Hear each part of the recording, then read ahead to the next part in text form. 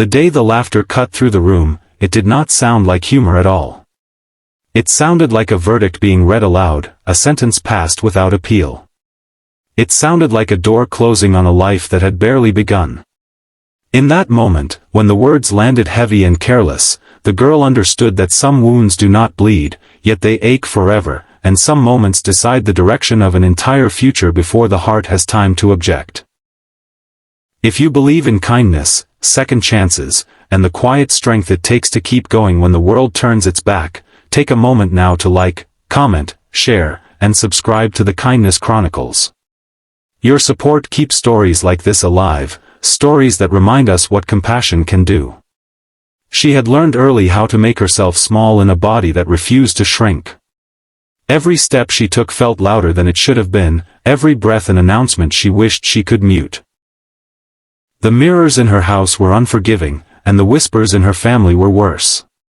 She grew up in a place where love was rationed, where praise was rare and conditional, where her worth seemed measured by how little space she occupied in the world. Her brother, older and sharper, carried the confidence of someone who had never been asked to justify his existence. His jokes came easily, especially when they landed on her. They always did. Over time, laughter became a language of power, and she was fluent in silence. Food had been her refuge before it became her accusation. As a child, she ate to feel full in ways affection never managed to accomplish. As a teenager, she ate to soothe the ache of being unseen. As an adult, she ate because hunger, at least, was honest. No one ever asked her why. They only counted the consequences on her body and decided they knew everything about her soul. Her dreams were quiet ones. She wanted a home that felt safe, a place where her name was spoken gently, a life where she did not have to apologize for existing. None of those dreams seemed outrageous, yet all of them felt out of reach. The day her brother laughed was the day her future was bartered like a burden no one wanted to carry. The words were not spoken in anger, that was what made them crueler. They were delivered casually, as if her life were a problem to be solved quickly, cheaply, and without care. She stood there, hands folded, eyes lowered, listening as plans were made about her as though she were furniture being moved out of the way. There was talk of practicality, of convenience, of relief. Someone would take her. Anyone would do. The first man who did not say no would be enough. She felt the heat rise in her face, the familiar sting of humiliation pressing against her throat. She wanted to disappear, but she stayed. She always stayed. Years of being told she was too much had taught her how to endure.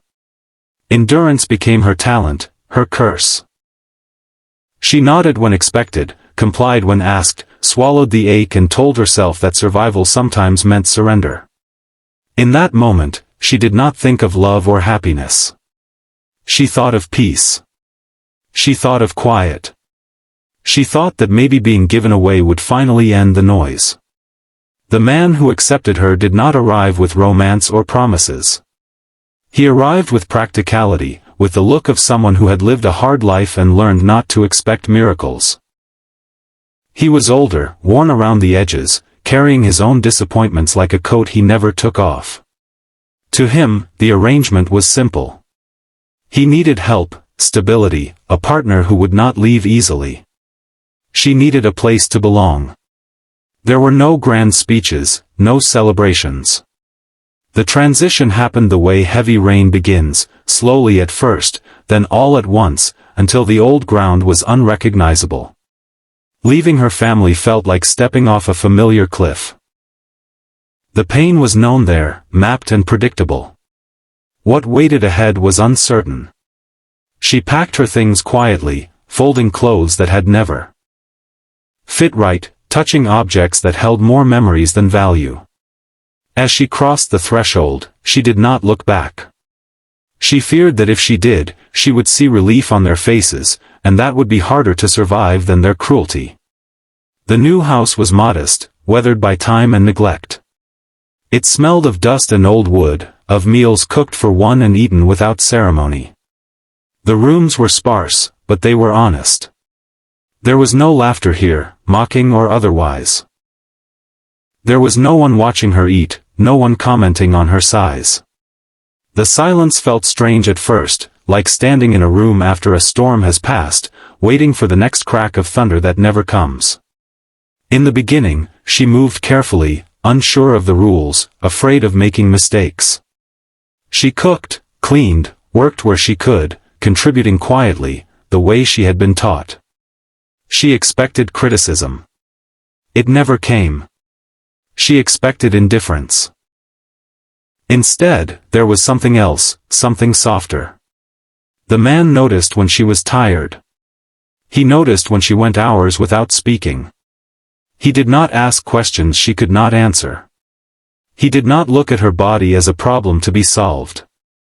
He looked at her as a person who had survived something heavy. Time has a way of reshaping truths.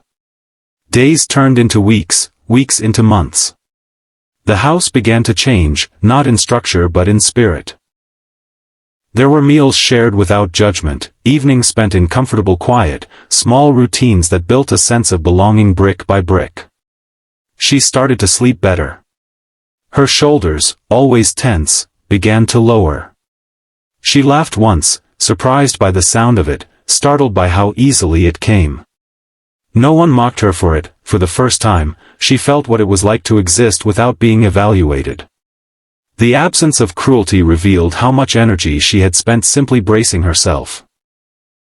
With that energy freed, something inside her began to grow. Confidence did not arrive dramatically. It crept in quietly, like light at dawn. She began to take walks, not to change herself, but to feel the world around her.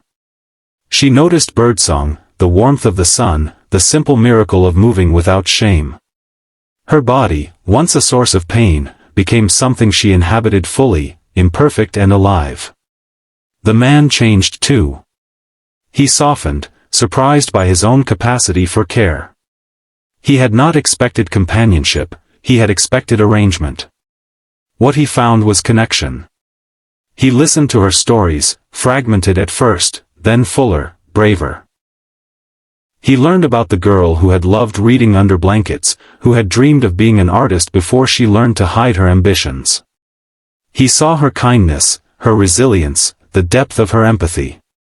He realized that he had not taken her in as a favor. He had been given a gift. When hardship came, as it always does, they faced it together. Money grew tight. Health faltered. Old fears resurfaced. Yet, each challenge revealed something stronger than before. They communicated without cruelty, disagreed without contempt, supported without keeping score. Love, when it finally showed itself, did not arrive as fireworks. It arrived as trust. It arrived as safety. It arrived as the certainty that neither of them would be abandoned when life became difficult. News travels strangely. Word eventually reached her family that she was not miserable, that she was not begging to come home, that she was, in fact, thriving. The brother who had laughed felt something twist inside him, something like regret, something like shame. The laughter that had once made him feel powerful now echoed hollowly in his memory. He had believed the world was simple, that worth could be measured easily. Watching her rise forced him to confront the poverty of his own understanding. Years later, when she stood in front of a mirror, she no longer searched for flaws. She saw strength in her eyes, history in her smile, a life earned through endurance and grace. Her body was still hers, unapologetically present. No longer a battleground. She had learned that love does not begin with acceptance from others.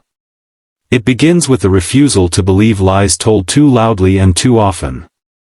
Her story did not become extraordinary because she lost weight or transformed into someone else.